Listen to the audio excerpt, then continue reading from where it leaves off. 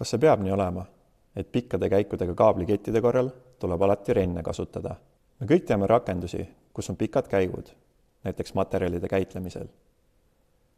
Kaablid ja voolikuid tuleb pikkade käikude korral juhtida suure dünaamikaga ja absoluutse töökindlusega.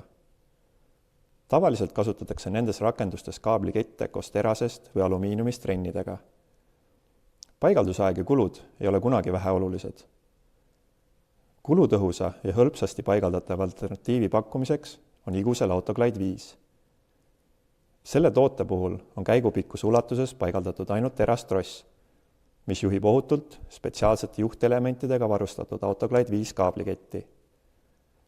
Siseraadiuses paiknevate kammilaadsete liukpindade abil libiseb kaablikett iseenda peal kogu käigu pikkuses, kiirusel kuni 4 meetrit sekundis ja maksimaalse käigu pikkusega kuni 80 meetrit.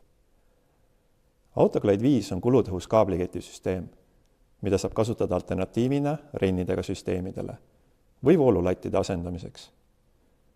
Suur eelis on see, et toite- ja signaalikaablid, näiteks busskaablid, saab paigaldada ühte süsteemi.